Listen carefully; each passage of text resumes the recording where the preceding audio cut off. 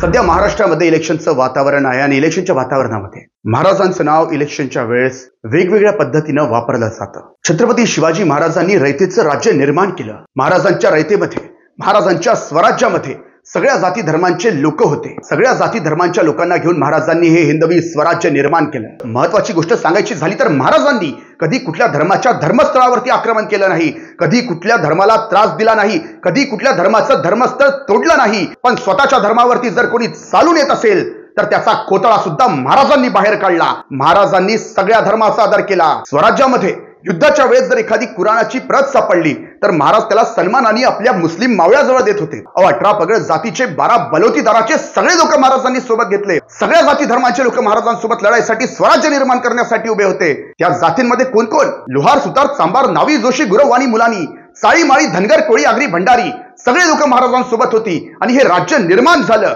महाराजांनी कधी त्यांची जात विचारली नाही, त्यांचा धर्म विचारला नाही. परंतु आज इलेक्शनचा वेळ आहे आणि इलेक्शनच्या काळामध्ये जाती धर्मांमध्ये वाद पेटवून मतांमध्ये विभाजन केलं जातं.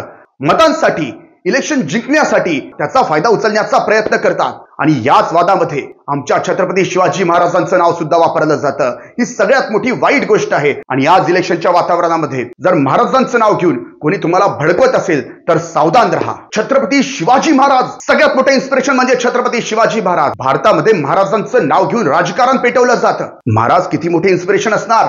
व्हिएतनाम नावाचा लहानसा देश आहे, अमेरिका सारख्या बलाढ्य देशासोबत युद्ध खेळतो आणि जिंकतो तर त्याचं क्रेडिट तो छत्रपती शिवाजी महाराजांना देतो, आमच्या राजाला देतो. महाराष्ट्राच्या मातीत जन्मलेल्या आमच्या छत्रपती शिवाजी महाराजांना व्हिएतनाम नावाचा देश पूजतो.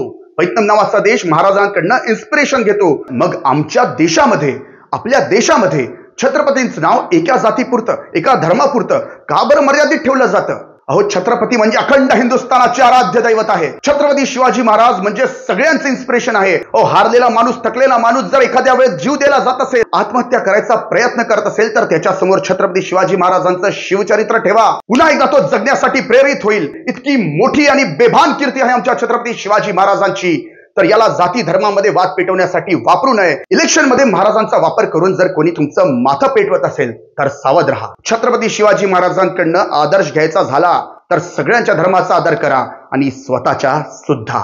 मी सनी रबडे शिवचरित्रावरती व्याख्यान करतो. छत्रपती शिवाजी महाराज हेच आमचे दैवत आहे. जय हिंद, जय शिवराय.